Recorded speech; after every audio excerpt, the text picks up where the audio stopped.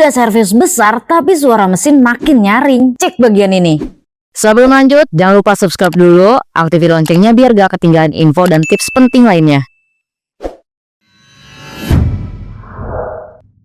Jangan buru-buru asal ganti secara menyeluruh. Mimin saranin kalian harus cek bagian head mesinnya. Kemungkinan ya, kondisi perkletnya ini perlu diganti atau harus dibenerin. Tapi cara bongkarnya nggak boleh ngasal ya. Nah, di video ini Mimin mau tunjukin cara yang lebih aman, lebih rapi, dan juga lebih presisi. Sekalian juga kita bakalan nge-review alat yang memang khusus ya, dibuat buat ngerjain kerjaan kayak gini. Bongkar pasang perklet itu sering banget dianggap enteng, remeh gitu ya. Padahal ini tuh salah satu bagian yang paling riskan di mesin, karena yang kita tekan itu per dengan tekanan yang cukup tinggi, dan di dalamnya ini ada komponen kecil kayak retainer sama cotter. Kalau loncat bisa hilang, kalau miring ya bisa rusak. Nah, lebih aman Mimin saranin kalian pakai grip on valve spring compressor atau tracker perklet yang udah universal. Item numbernya di 18901. Alat ini emang udah didesain buat satu tujuan ya guys, yaitu untuk neken perklet dengan tekanan yang stabil dan jelas ya, terkontrol juga. Oh ya, ada 3 pilihan mata press dalam satu set ini, yaitu 20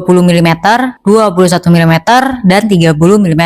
Nah, ukuran mata press ini ternyata udah fleksibel buat mayoritas motor yang ada di Indonesia, dari motor harian sampai yang sering banget tuh kejadian turun mesin. Pas Mimin pegang langsung, ternyata berasa banget nih solidnya karena bahannya dari krom vanadium. Nah, material ini yang biasa dipakai di tools profesional. Udah pasti kuat, tahan tekanan, dan jelas ini pasti minim korosi. Untuk prosesnya pun udah ngelewatin forged steel, yaitu bagian luar yang justru lebih padat, makanya bisa lebih tahan dipakai berulang kali. Bagian ulirnya udah halus, pas diputer juga nggak macet. Nah, ini tuh penting banget karena tekanannya ini kan harus naik secara bertahap ya. Kalau ulirnya kasar, tekanan bisa loncat, dan itu tuh bahaya banget ternyata ya buat komponen. Kalau di bagian handle-nya ini udah enak banget ya digenggam, nggak terlalu panjang, nggak terlalu pendek. Masih nyaman lah dipakai ya, tanpa kalian harus ngeluarin banyak tenaga yang berlebihan. Di sudut-sudutnya juga udah rapi, nggak ada bagian tajam yang bisa ngelukain tangan kalian. Oke, langsung aja kita buktiin ya guys. Pertama, kalian harus pilih dulu mata press yang sesuai dengan motor kalian. Pastiin ukurannya pas dengan si perkletnya. Tinggal kita pasang aja ke bagian gagangnya, terus pasang di bagian atas pernya ini ya. Pastikan posisinya harus center atau lurus. Kedua, pasang penahan ini di bagian belakang klep ini. Nah, step ini sering banget diremehin. Padahal ini tuh buat ngekunci si payung klepnya. Kalau nggak ditahan, nanti payung klep bakalan ikut bergerak. Jadi nanti tekanannya itu bakalan fokus ke bagian pernya. Setelah posisinya udah aman kayak gini, baru kita mulai eksekusi untuk ngedorong si per klepnya. Puternya kalian perlahan aja, nggak perlu buru-buru, karena di sini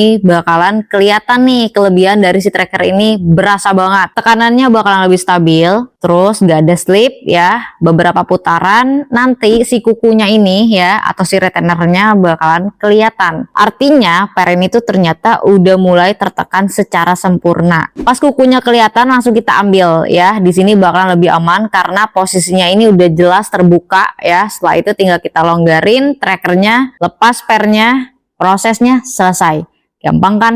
Kalau pakai cara manual, biasanya tekanan nggak rata, per bisa miring, retainer susah kelihatan, resikonya mental lebih tinggi banget loh. Intinya ribet banget deh. Nah, kalau mau pasang lagi gampang banget. Masukin dulu pernya ke posisi semula, dan ini informasi penting yaitu arah per. Bagian yang ulirnya rapat itu harus ada di bawah, terus kalau yang renggang itu harus ada di atas. Kenapa? Karena ini tuh berhubungan dengan cara per menyerap tekanan. Kalau kebalik, kerja mesin bisa jadi nggak stabil. Kecuali ini ya, kecuali per yang rata. Kalau nggak ada perbedaan, bebas posisinya mau yang mana aja. Sama. Oke, lanjut. Pasang lagi si trackernya kayak tadi, posisiin sama seperti awal kita bakalan buka per klep ya. Posisinya pun harus center atau lurus. Putar kembali sampai si pernya ini tertekan. Baru di sini tinggal kalian masukin si retainer atau kukunya ya. Sebenarnya di sini tuh gampang-gampang susah ya, tapi kalian pasti bisa kok ya. Kalau posisi kukunya udah rata kayak gini, tinggal kita pelan-pelan longgarin. Nanti yang bakalan ngekunci per klepnya itu ya si kuku ini. Jadi biarin aja pelan-pelan longgarinnya sampai bener-bener udah ngekunci ya.